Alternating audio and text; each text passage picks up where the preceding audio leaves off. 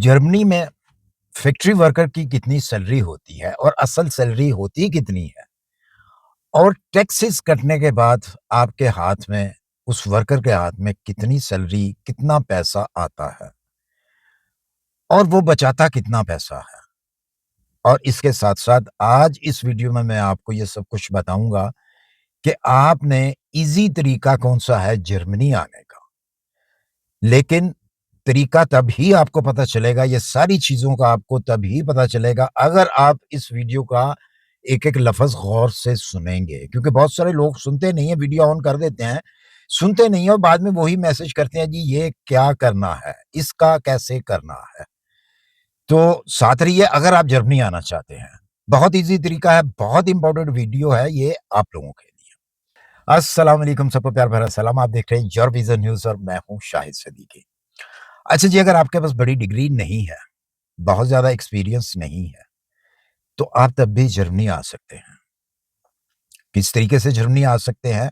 और जैसा कि मैंने पहले अपने इंट्रो में बताया है कि फैक्ट्री वर्कर की कितनी सैलरी होती है और क्या-क्या कुछ जो है, उसके कौन-कौन से टैक्स होते हैं, उसने क्या-क्या उसकी सैलरी में से कटता है और कट-कटा के उसके हाथ में क्या आता है, यानी कि उसके अकाउंट में कितना पैसा जो है आता है। तो आज हम बात करेंगे इस वीडियो में सैलरी के बारे में और आपने जर्मनी का वीज़ा कैसे आपने लेना है आसानी से।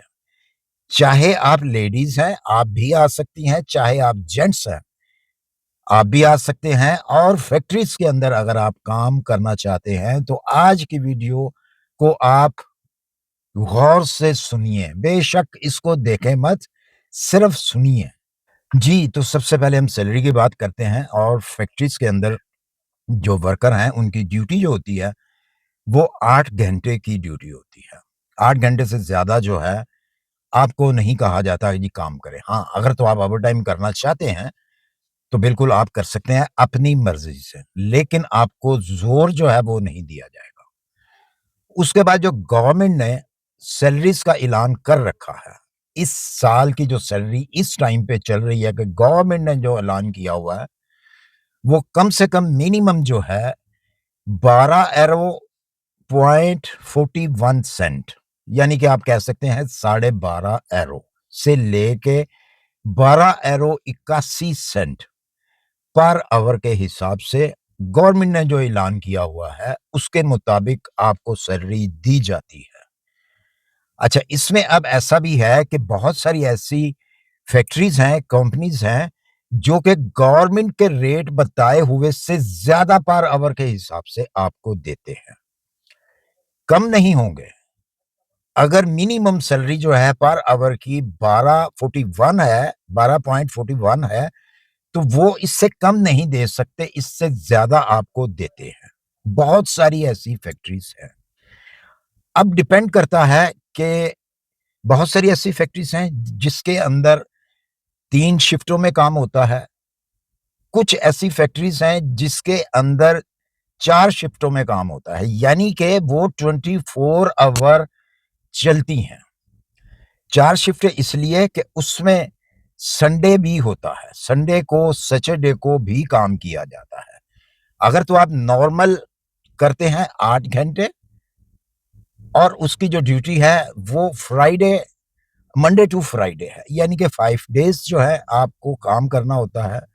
सैटरडे एंड संडे जो है उसमें छुट्टी होती है। ये होती है सिर्फ़ एक morning shift, double shift, triple shift नहीं। हाँ, अगर तो आप डबल, ट्रिपल, ट्रिपल शिफ्ट में काम करते हैं या 4 शिफ्ट में काम करते हैं, तो फिर उसकी सैलरी ज़्यादा है। रेट वही है, पैसे आपके ज़्यादा बन जाते हैं। जो नॉर्मल हम अगर नॉर्मल बात करते हैं 8 आवर की, तो 8 आवर में आपका जो रेट होता है, जो मैंने बताया है 12.41 या ज़्यादा से ज़्यादा 12.81 सेंट जो है वो आपको दिया जाता है। तो उसकी जो सैलरी है आपकी 2000 से लेके 2200 यूरो तक मंथली बनती है। इसमें से अब जो है वो टैक्स भी कटता है।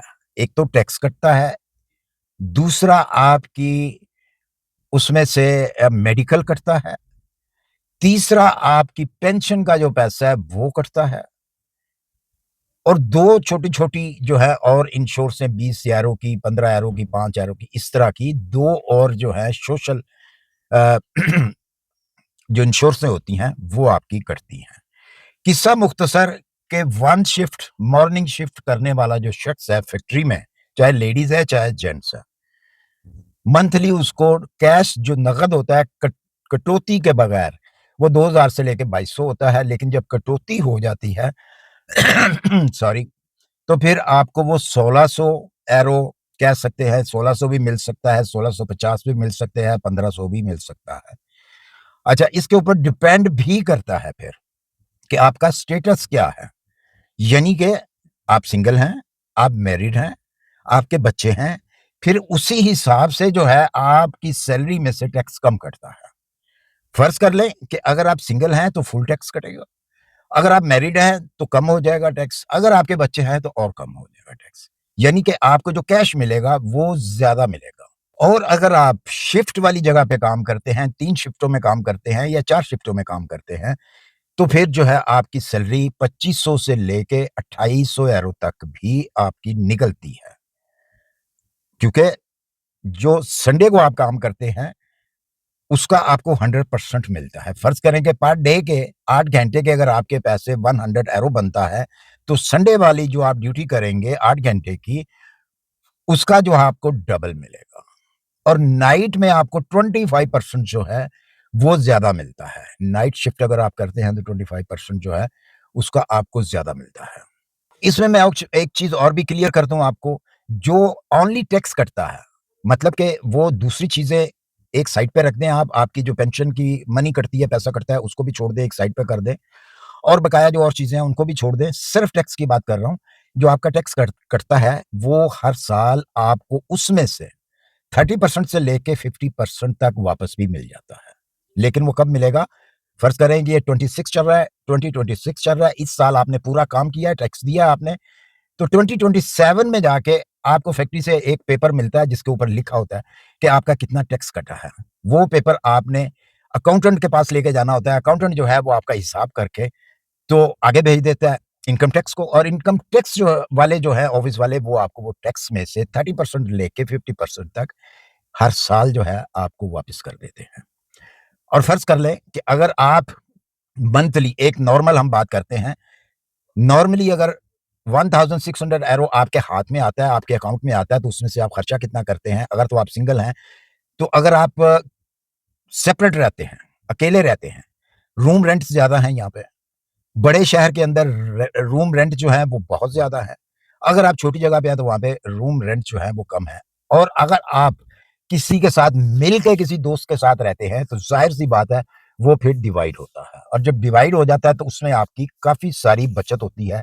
एक तो रेंट में बचत हो जाती है, इलेक्ट्रिसिटी में बचत हो जाती है, हाफ़-हाफ़ होती है हर चीज़ फिर और खाने-पीने में भी ऐसा ही होता है कि आपका हाफ़-हाफ़ हो जाता है। फ़र्ज़ करें कि 4 लोग अगर अब आप अगर हैं, तो ज़ाहिर-सी बात है कि खाना तो एक ही बना है ना आपका, तो एक ही डिश बनी है, तो वो एक ही डिश के अंदर आप चारों ने खा लिया, तो वो डिवाइड हो जाएगा। तो इसलिए अगर आप इकट्ठे रहते हैं किसी के साथ, तो उसमें ज़्यादा बचत है, अगर आप अकेले रहते हैं, तो आपका खर्चा ज़्यादा है। लेकिन फिर भी आप जाके 800 से लेके 1000 यूरो जो है, वो बचा लेते हैं। हाँ, अगर इसकी डिटेल चाहिए, तो मैं डिटेल भी आपको बता सकता हूँ, लेकिन उसमें वीडियो काफ़ी लंबी हो जाएगी। अगर आप डिटेल चाहते हैं, तो फिर आप मुझे मैसेज कीजिए, मैं आपको मैसेज में भी जवाब दे सकता हूँ, आपको एक्स्ट्रा भी आपको मैं इस चीज़ का जवाब जो है, वो दे सकता हूँ। जी, तो इसके साथ-साथ एक चीज़ और मैं आपको बता देता हूँ कि यूरोप के अंदर, जर्मनी के अंदर, ख़ास तौर पे जर्मनी के अंदर आपको तकरीबन सालाना 14 सैलरीज़ मिलती हैं, 14 सैलरीज़ मिलती हैं। वो कैसे मिलती हैं? 12 सैलरीज़ तो नॉर्मल आपके काम की होती हैं, जो आप काम करते हैं पूरा साल। हाँ, उसमें एक चीज़ और भी है, अगर आप बीमार हो जाते हैं 6 वीक तक अगर आप बीमार हैं, आप काम नहीं कर सकते, तो आपकी कंपनी, आपकी फैक्ट्री जो है, आपको फुल पेमेंट देगी 6 वीक की। अगर 6 वीक के बाद भी आप ठीक नहीं होते, आप बीमार हैं, तो फिर आपकी जो मेडिकल इंश्योरेंस है, वो आपको 18 मंथ यानी कि डेढ़ साल तक आपकी सैलरी का 80% जो है देती है। फ़र्ज़ करें कि अगर आपकी सैलरी 100 यूरो है, तो वो आपको 80 यूरो पर मंथ देगी। अगर आपकी सैलरी 2000 है, तो 80% का हिसाब लगा लें कितना बनता है वो आपको 200 कटेगा गालिबन और 1800 मंथली आपको देगी आपकी मेडिकल इंश्योरेंस और 18 मंथ तक देगी, नंबर 1 और नंबर 2 14 सैलरीज़ कैसे होती हैं? क्रिसमस से 1 मंथ पहले दिसंबर के अंदर क्रिसमस होता है और नवंबर के अंदर आपको क्रिसमस मनी दी जाती है, जो कि तकरीबन हर फैक्ट्री जो है तकरीबन वो आपको उतनी ही देती है जितनी आपकी सैलरी है। क्रिसमस मनी भी जो है उसके बराबर ही देती है, यानी कि आपको डबल सैलरी मिलती है नवंबर के मंथ में, 1 नंबर और 2 नंबर जब आपकी यहाँ पे कानूनी तौर पे हॉलिडेज़ होती हैं, हर फैक्ट्री का एक अलग-अलग रूल्स हैं। किसी ने कम से कम जो आपको छुट्टियाँ मिलती हैं सालाना, वो 25 डेज़ या 26 डेज़ की होती हैं कम से कम 26 डेज़। और डेज़ कौन से होते हैं? जो वर्क डे होते हैं, Monday to Friday, Saturday, Sunday बीच में नहीं गिना जाता। यानी कि 26 डेज़ ये तकरीबन 5 वीक से भी थोड़े से ज़्यादा बनते हैं। और कई फैक्ट्रीज़ जो हैं आपको 30 वर्क डे की हॉलिडेज़ देती हैं, ये भी डिपेंड करता है आपकी ऐज के ऊपर। अगर तो आपकी ऐज ज़्यादा है, तो आपको हॉलिडेज़ भी ज़्यादा मिलती हैं। अगर आपकी ऐज थोड़ी है, कम है, यंग हैं, तो फिर आपकी हॉलिडेज़ जो हैं वो कम होती हैं, यानी कि 26 डेज़ से कम नहीं होंगी। और 26 डेज़ पर डेज़ के हिसाब से आपको हॉलिडे मनी भी दी जाती है। और वो काफ़ी अच्छी खासी पर डे के हिसाब से होती है, उसके ऊपर घंटों का हिसाब नहीं होता। सैलरी जो होती है घंटों के हिसाब से होती है, लेकिन जो हॉलिडे मनी आपको मिलती है, उर्लब गिल्ड जिसे कहा जाता है, वो पर डे के हिसाब से होता है। वो भी डिपेंड करता है आपकी फैक्ट्री के ऊपर। कुछ फैक्ट्रीज़ जो है 50 यूरो पर डेज़ भी देती हैं, कुछ 25 यूरो भी देती हैं। तो इस तरह मिला-जुला के तकरीबन आपकी जो सैलरी है सालाना, वो 12 नहीं बनती, 14 सैलरीज़ जो हैं वो आपकी बनती हैं। अच्छा जी, अब आते हैं हम इस पॉइंट के ऊपर जिसका आपको शिद्दत से इंतज़ार था कि जी आखिरकार हमने जर्मनी आना कैसे है, पहुँचना कैसे है? तो वेरी सिंपल, जर्मनी ने आपके लिए एक बहुत बड़ी एक सहूलत जो है 2026 के अंदर बल्कि इससे पहले की निकाली हुई है। बहुत सारे लोगों को इस चीज़ का नहीं पता, बहुत सारे लोगों को पता भी है और जिन लोगों को पता है उन्होंने फ़ायदे भी उठाए हैं। अपॉर्च्युनिटी कार्ड जर्मनी ने निकाला हुआ है। चाँस से काटे जर्मन लैंग्वेज में उसे कहते हैं, कि चाँस आपको दिया जा रहा है। तो चाँस क्या है और वो काटे आपको मिलता कैसे है? वो डायरेक्ट आपने अप्लाई करना होता है एम्बेसी में, जर्मन एम्बेसी में। उसके लिए आपको क्या चाहिए होता है कोई ना कोई आपको वोकेशनल ट्रेनिंग जो है वो आपने की हो, अपनी ही कंट्री में। तो उसकी बिना के ऊपर जो है आपको वो चाँसे काटे दिया जाता है, जो कि 1 साल का वीज़ा होता है। और उसको आप दूसरे नज़र से अगर देखें तो उसको आप सिक्कर वीज़ा भी कह सकते हैं। यानी कि कंट्री के अंदर आकर आपने काम ढूँढना है। वो लीगल है, वो इल्लीगल नहीं है। वो चाँसे काटे जो है, वो दिया ही इसलिए जाता है कि आप अपनी किस्मत आज़माई कर लें भाई, जर्मनी जाके काम ढूँढें, काम मिल जाता है तो वो कार्ड जो है आपका, वो आगे आपका वीज़ा जो है एक्सटेंड होता रहता है। तो ये है एक बेहतरीन तरीका जर्मनी आने का। अगर आपके पास कोई बड़ी डिग्री नहीं है, कोई एक्सपीरियंस नहीं है, सिर्फ़ और सिर्फ़ अगर आपके पास चाँसे काँटे आप ले लेते हैं, कोई वोकेशनल ट्रेनिंग के ऊपर वो पॉइंटों के ऊपर आपको मिल जाता है, गालिबन 6 पॉइंट की ज़रूरत होती है, कुछ ऐज के होते हैं, कुछ आपकी स्टडी के होते हैं, कुछ उसके आपको मिल जाते हैं वोकेशनल ट्रेनिंग के। तो वो कार्ड आपको मिल जाता है, उसके ऊपर आप जर्मनी में आके आप फ़ौरी तौर पे काम ढूँढ सकते हैं। काम का कोई मसला नहीं है, पूरे जर्मनी के अंदर काम करने वाला बंदा हो, तो फ़ौरी तौर पे 1 दिन के अंदर आपको काम मिल जाता है। फैक्ट्रीज़ के अंदर भी और भी बेशुमार जो हैं, काम यहाँ पे आपको मिल जाते हैं। शर्त यही है, आप काम करने वाले हों।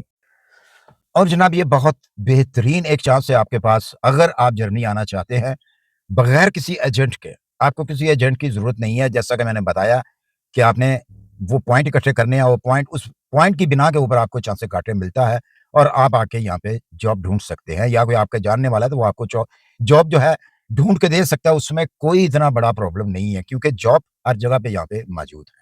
मैं उम्मीद करता हूँ कि मेरी वीडियो आपको पसंद आई होगी, अगर पसंद आई इसे लाइक लाज़मी कर दिया करें प्लीज़। हाँ, एक बात फिर मैं दोबारा से दोहरा देता हूँ कि ये जितने भी काम हैं यूरोप के अंदर, जर्मनी के अंदर, ये लेडीज़ एंड जेंट्स के लिए। ये बहुत सारे मुझे लेडीज़ सवाल करती हैं, "क्या जी हम भी ये अप्लाई कर सकते हैं?" बिल्कुल अप्लाई कर सकते हैं। आप भी कर सकती हैं, लेडीज़ भी कर जेंट्स भी कर सकते हैं। हालाँकि मैंने मेरा ख़्याल स्टार्ट में भी बताया है इस बात का, लेडीज़ एंड जेंट्स दोनों के लिए है।